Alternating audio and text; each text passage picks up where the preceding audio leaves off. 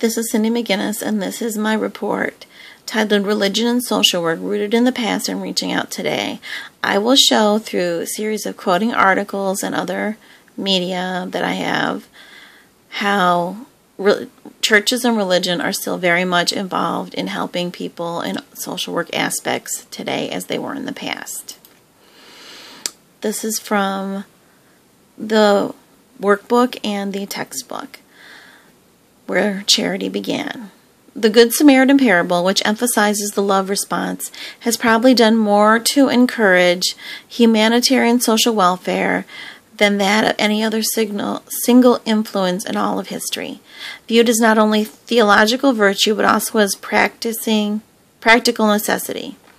Since its earliest days, the Church has engaged in at least 12 areas of social ministry: the care of widows, orphans, the sick, the poor, the disabled, prisoners, captives, victims of calamity, burial of the poor, provision of employment services, and meals for the needy.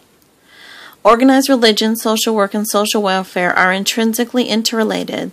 This synergistic relationship stems from the religious roots of our social system from the early social welfare movements. Social work is generally considered to have emerged from three general movements: the Charity Organization Society (COS) movement, the Settlement House movement, and a third, less clearly defined movement, the development of institutions to deal with an entire range of social problems. All these had their period of most rapid growth during the 19th century and all grew out of the Church. This is from a paper, The Ethic of Care, Recapturing Social Work's First Voice. The Charity Organization Society workers and Settlement House workers each actively embraced and nurtured the notion of being a friend and a neighbor to those they served. Postmodern practices, also stemming from a different paradigm and embracing an expertise in critical consciousness, in turn seek to redefine the client-social worker relationship along this dimension. Expressions of care, propagated through a genuine, albeit circumscribed friendship, actively contribute to treatment planning and a more fruitful outcome. And this is from another paper, I think this one's from a journal. A Charity Justice Partnership for U.S. Food Security. This was in 1992. There's been an unprecedented outpouring of community-based and church and synagogue-supported charity in towns and cities across America, aimed at helping hungry children and their families. In 1990, the Good Shepherd Food Bank distributed 3.9 million pounds of food to soup kitchens, food pantries, and shelters for the homeless. This is back to the workbook and the textbook, Keeping Churches Involved. This has been supported by all three, Bill Clinton, George W. Bush, and Barack Obama. In 1996, Personal Responsibility and Work Opportunity Reconciliation Act, Section 104, Charitable Choice, makes it possible for religion-based organizations and congregations to receive public funds for the provision of social service. President Barack Obama indicated that partnerships between the administration and groups, faith-based and secular, would continue in his administration. Establishment and growth of professional organizations specifically devotes to the interests of Christians in social work. The North American Association of Christians in Social Work was allowed to come into fruition because of the act and mentioned before. In recent years, we find often in mainline journals articles dealing with topics such as religious content in social work education, the relationship of clients, spirituality, and various practices. The book also goes on to say, in 1994, reported that they were encountering religious and spiritual issues. This is social workers in 33% of their caseloads. Of licensed practicing social workers, 52% felt that it was important to deal with the religious spiritual issues of their clients, and 50% felt that the religious and spiritual issues should be part of the social work curriculum. This is what is happening in the world today. I'm going from like 2001, 2010 to today, whatever. The experiences of a St. Francis parallels for Christian social workers. This is from the University of St. Francis, and this is what one of their teachers does routinely.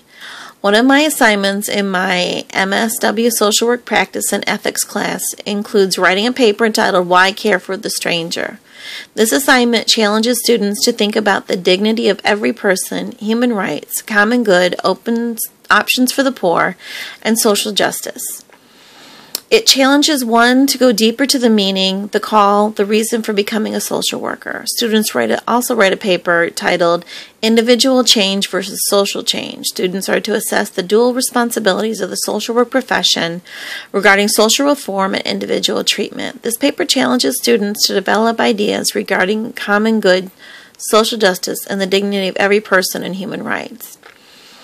I think the Christian schools for social workers are not just saying only follow Christian stuff. They are also saying follow what should be followed in every social work area. This is a list of, it's a very short list from a very long list of Christian churches that have gone into together to help orphans in today's world. Not just orphans here in America, but orphans across the globe. As you can see, there are many listed here.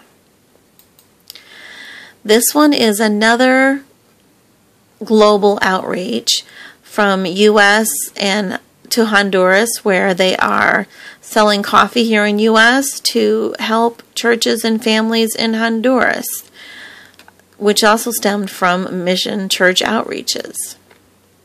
This is local churches doing something. This is a short list of a very long list of local churches who are doing food pantry work here, right here in Toledo, which is social work. This is a local church, Cedar Creek, which partnered with New Hope for Moldova and Stella's Voice to stop I would say, a social justice issue of human slavery, which is very much still going on today. This pairing happened just this last summer, and I believe Cedar Creek gave all of their congregations money collected for one weekend to those other two ministries to help stop this social issue that is going on. The same church is running a free medical clinic in South Toledo every Thursday night and has been since April 3rd for anybody. They're also feeding people there, which are two very important social issues which are generally taken care of by social work. And this is a list of everything that Cedar Creek is doing so far. And they gave $371,000 to Stella's Voice and New Hope for Moldova to fight that sex trafficking. And they have given all of these other things, hot meals to families and other things. And this is just one church. Many, many churches are still very much involved in today's social issues. They care about the people, and I think social workers can both work in their churches and they can work at their work to better it, and I don't think that those two things are incompatible.